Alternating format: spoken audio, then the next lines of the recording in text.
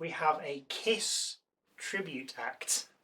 Stratton finally lands a Spinebuster. And someone faces up to the Wyatts.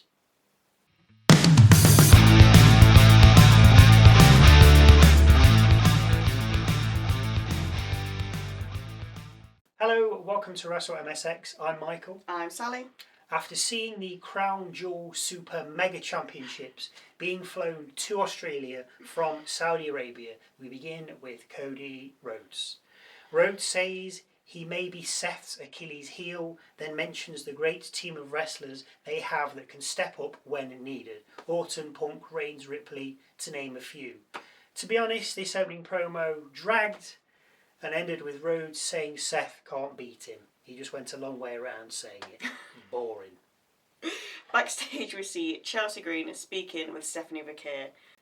Green tells her that she has it and then offers her a slot in the secret service. Before long, Stratton appears, with Green making a quick exit. Vaquer tells Stratton she'll have her back in the tag match later, but tomorrow may the best woman win. First up tonight, Sami Zayn against Shinsuke Nakamura for the United States Championship. Just before the match, we see Jacob Fatu confront Cody Rhodes backstage and clearly confirm he'll be coming for him after Crown Jewel. Rhodes replies, good, before heading off, with Nick Aldis then appearing. Aldis says he has something he wants to speak to Fatu about and tells him to drop by his office. Aldis then heads off, but as he does, Fatu gets attacked by Drew McIntyre. Drew gets the upper hand and is about to ram a cage into the down Fatu when backstagers intervene. Aldis is there, with Drew then saying he needs to speak with him. So, back to Sami versus Shinsuke. Ah, yes. After some grappling, wrist locks and missed kicks, we get a sliding German suplex from Nakamura, and then a forearm off in the middle of the ring as we come back from a break. Shinsuke gets in a suplex and strikes before covering for two after a heel kick. More strikes rock Zayn, with the champ then coming back with a clothesline. Zayn goes high, misses, goes for the Blue Thunder, but misses that, with Nakamura then dropping Zayn with a kick. Shinsuke goes for the Kinshasa, but Zayn counters with a Michinoku driver and covers for two. Zayn then hits an exploder, but misses the follow-up Haluva, with Shinsuke hitting the Kinshasa from the middle rope. Zayn kicks out the follow-up cover on two. Of course he does. After another break, we see Nakamura counter a Blue Thunder bomb and hit Zayn with another Kinshasa, which sends Zayn out the ring. Nakamura follows Zayn, but suffers an exploder to the crowd barrier and then Haluva kick.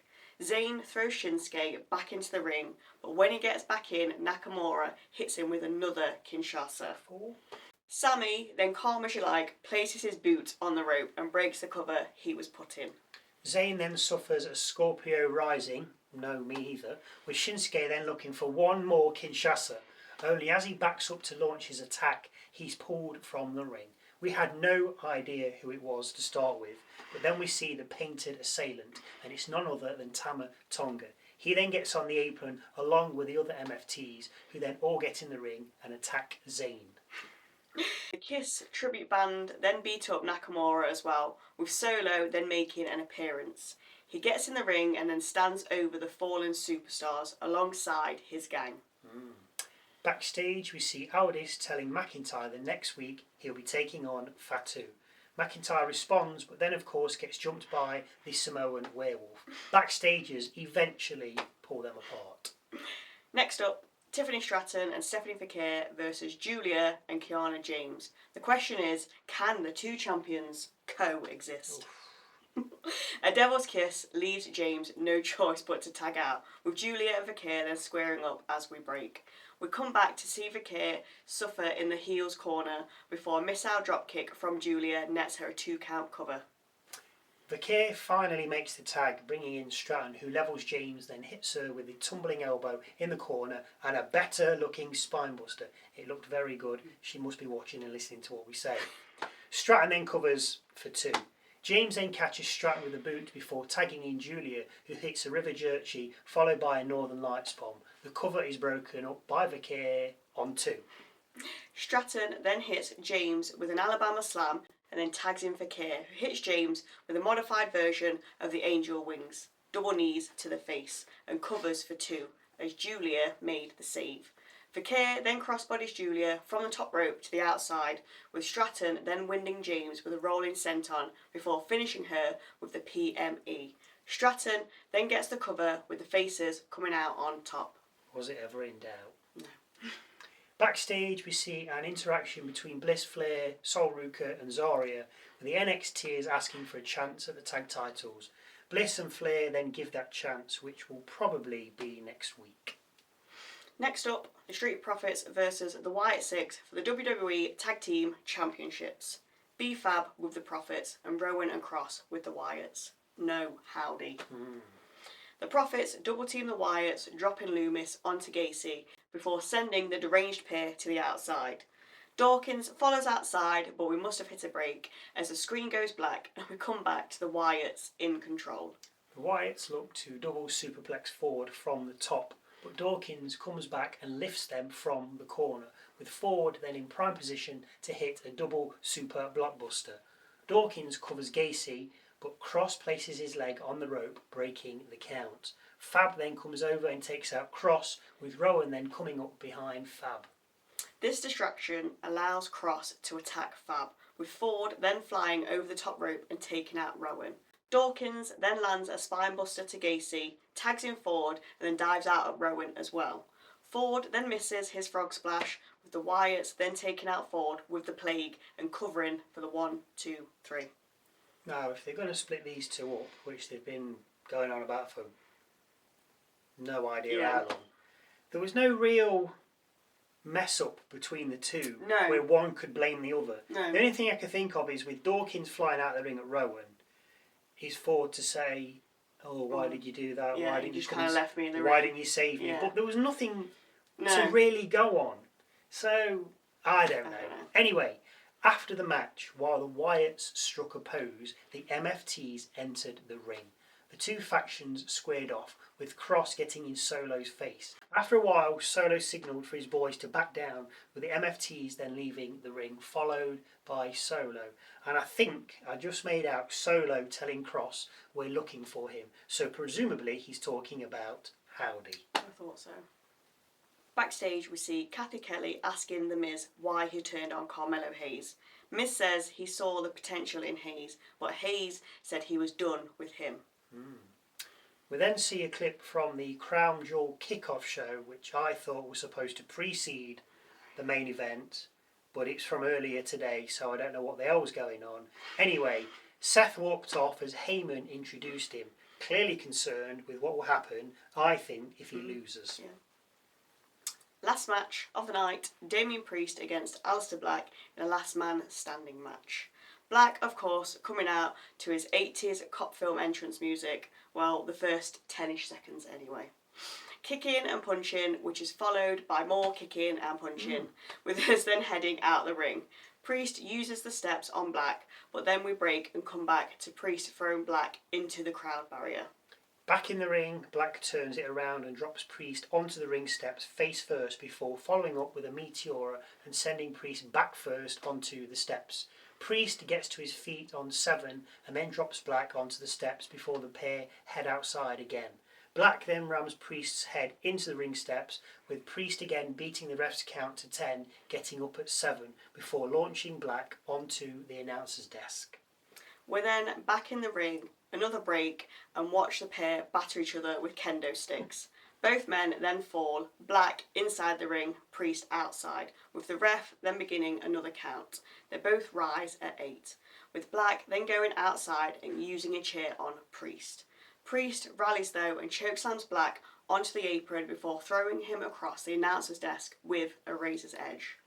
Black rolls off the table at the count of 9, with Priest then razor's edging Black onto the announcer's desk again. And again, Black slides off the table and to his feet on 9. The pair then head into the crowd, with Priest landing a Falcon Arrow. Then from the crowd comes Mrs. Black, Zelina Vega, who gets between the brawlers and pleads with Priest. Black tells Vega to go, the Vega then climbing down. As she does, Priest lines up his finisher, but before he has chance to land it, Black fireballs him and then lands Black Mass, which sends Priest crashing through a table.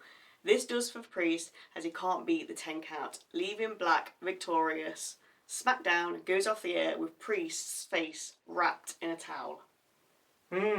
So, Fireball. Fireball. I thought we'd done with that. Well, But clearly, well, yeah. I mean, we thought, we don't want no supernatural stuff on the Wyatts, but Black can just pull it out whenever he wants to. Yeah, I just don't want another Mr. and Mrs. match. No, I'm not too bothered about that. We don't need Black and Vega against the Rawlinses or the Punks No. or any other married couple that may or may not be in WWE. But that match itself, I thought was actually quite good. Yeah, better than I thought it would be. Yeah, to be fair. I mean, it was good. I enjoyed that. And obviously, Tonga's back. Yes. And last SmackDown, I want to say that at the end of a promo, Solo said they're just waiting for the final piece. And I think we said at some point it's probably Tama. Yeah, so I mean, I thought it might have been somebody else, but I'll take her word for it.